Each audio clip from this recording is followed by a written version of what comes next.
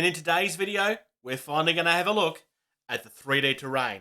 This journey began as a conversation about 80s nostalgia and why we felt that He-Man was the perfect idea for a wargame. Simon had a very similar idea. My name is Jason the Bruce. I've been a critic of Simon, and this is my journey into the Masters of the Universe, Clash for Eternia. Alright, so we're going to start with the rocks on this one. There's no real particular order, except that I'm going to leave Castle Greyskull till last. First impressions, obviously, is that the packaging is much different and much cheaper, but I don't actually have a problem with that, realistically, because these are Kickstarter exclusives. These aren't going to be sold at retail, so why would you spend money on a fancy box that you're not going to get anything out of at the end of the day? And this serves purpose. I mean, it still looks actually perfectly fine.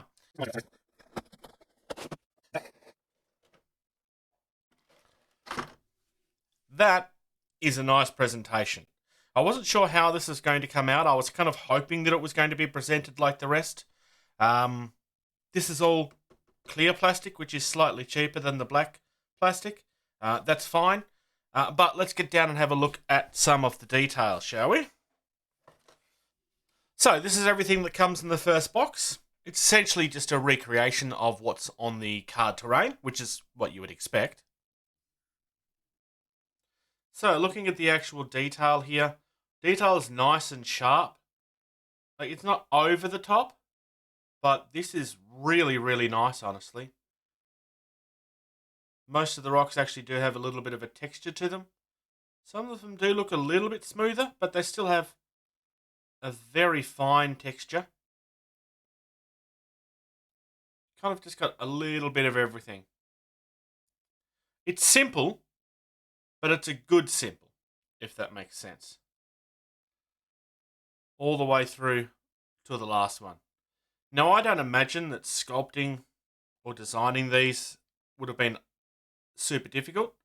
You essentially would have maybe created 4 or 5 of these hexes and then just put them together how you wanted. Once you decided the layout of the tokens, it was just a matter of deciding on the layout that you liked. I mean, there's not really a lot to say about this. The underneath of them is fairly simple. You still have the same Masters of the Universe logo there, as well as numbers. But I like these. Honestly, like, obviously, most people are probably going to paint these, but honestly, I don't really feel like you need to. In fact, you'd almost get away with just washing it to some extent. If you cover this in a varnish of some kind, and then go over it with a very weak purple contrast, then all you're going to do is make it look more detailed. Without having to, like, it wouldn't actually take you much time, honestly. Just a thought.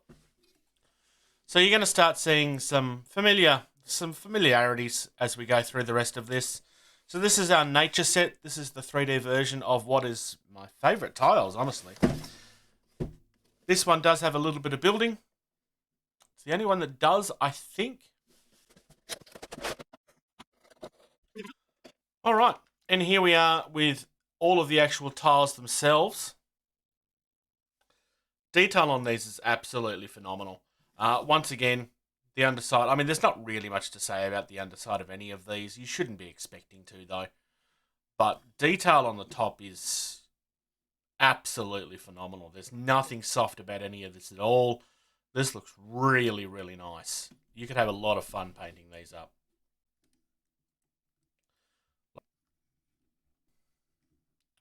Like, seriously, you could have so much fun painting this.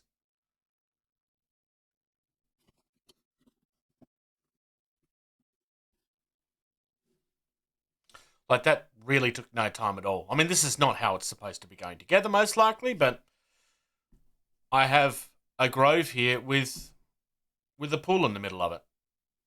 Like, that was really easy. So these are all of your plants. There is a couple of different varieties, but most of them are these, your brown twiggy vine looking things. Now, the idea is supposed to be they will stick in there. They each come with their own specific leaves.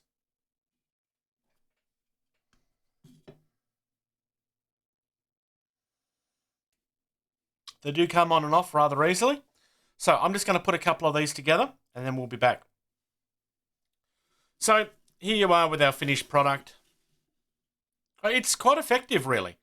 I mean, it does look rather alien because of all the weird colours. I do think the plants themselves really are going to want to be painted to look right. I mean, there's nothing horrible about this, but it's going to add to them if you do paint them. These are designed to be modular, so they do come back apart again. There's a little nub here on the end. Over time, this will most likely wear away because, again, this is board game material. It might be worth checking to see if they will all fit in the box while they're built. I might do that at the end, just because I suspect that if you leave these together, it will be better for them long term. So that's all of our shrubbery now that it's been built. Again, like the detail on all of this is really nice. I mean, if you're worried about them all kind of looking samey, you could obviously paint these up to be different colours. Maybe different shades of the colour on the different leaves or something. But I actually think they work quite well. As for whether you need to pull them apart all the time, nope. Everything fits in there quite perfectly, honestly. Nice and secure. So I would probably store them like that, personally, because if you continually pull them apart, eventually those nubs are going to break off, and then you'll have trees that don't stay together. Just my opinion. Sorry to interrupt the video, but I want to tell you about the competition that we're running through our Patreon. For every month of support you give our Patreon, from now until April, you will receive one entry into the competition that we're running to win a Shaltari fleet for Drop Fleet Commander. That includes a Shaltari Dreadnought, a Shaltari Starter Set, a Shaltari Frigates box, and a Shaltari Cruisers box. All of this will be sent to one winner. This winner will be drawn at random on our 4th anniversary, which is recorded at the beginning of April. For us to be allowed to send this to you, you need to fit 2 categories. You must be living in a country where it's legal for me to post you something from Australia. You also must be living in a country where it is legal to win competitions.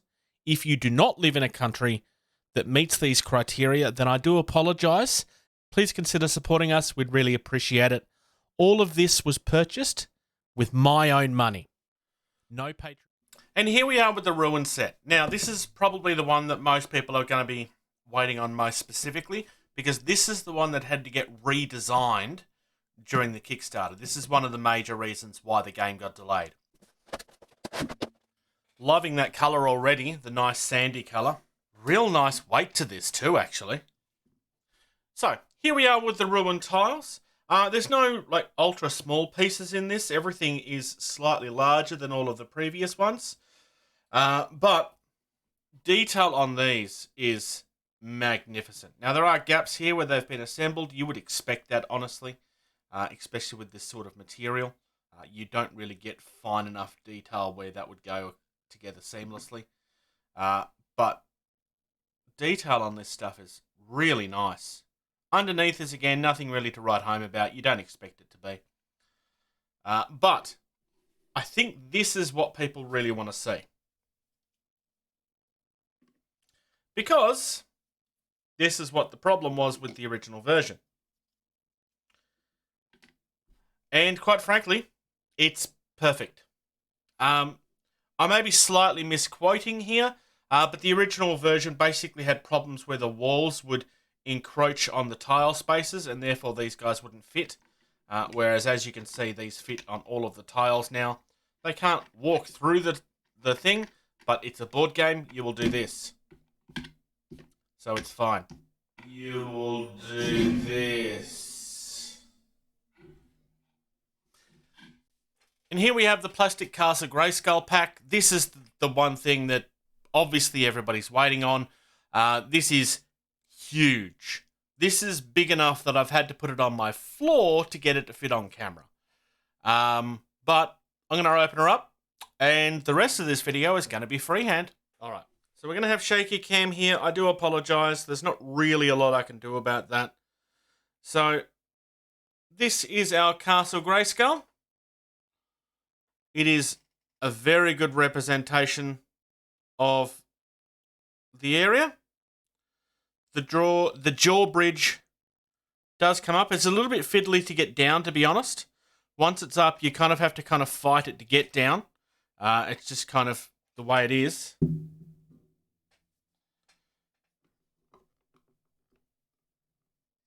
But once you get there, it does lock. It locks in when it's in place. So that's the main reason why. So we got our flag, the weapons rack. We got all of the items here. I've set up our ladder on the inside. You cannot, however, play inside this. It is one solid piece. So this is not a dice tower. It's not an anything. It's just a solid piece of terrain. Because obviously the idea for this is that they are trying to get in and take this. The rock detail is nice. It's probably not as sharp as the actual rocks terrain that we got. I mean, these rocks are very soft, but that actually makes it feel more like the original toy than anything else. Now, this just sits on top of this piece of terrain. Nice and easily. Like I said,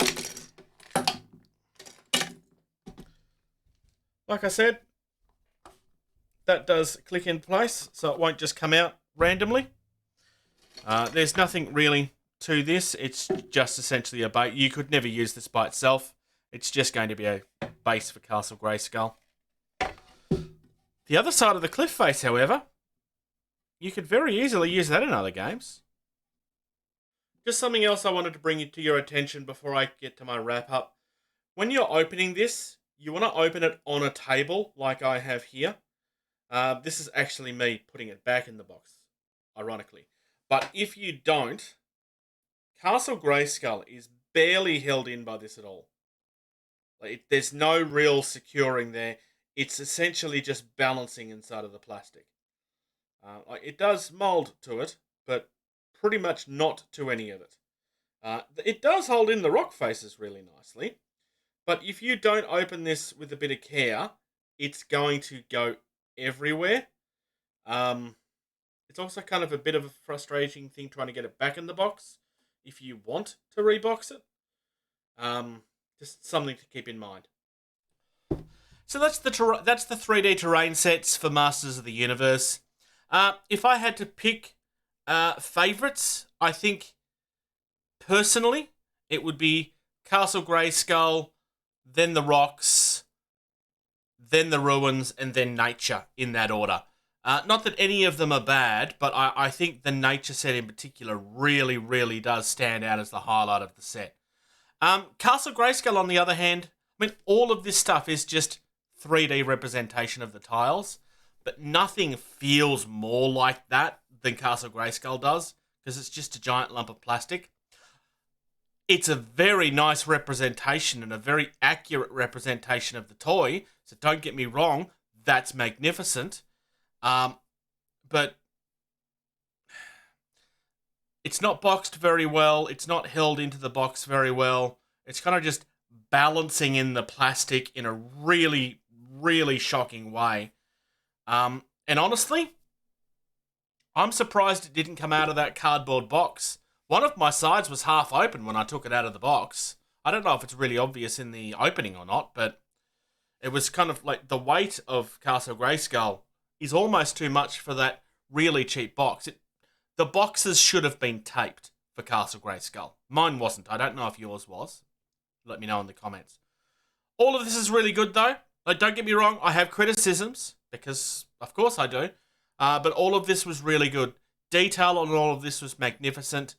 The only thing that had softer detail was Castle Greyskull, but I would argue that it's supposed to have that softer detail It looks more accurate to the toy.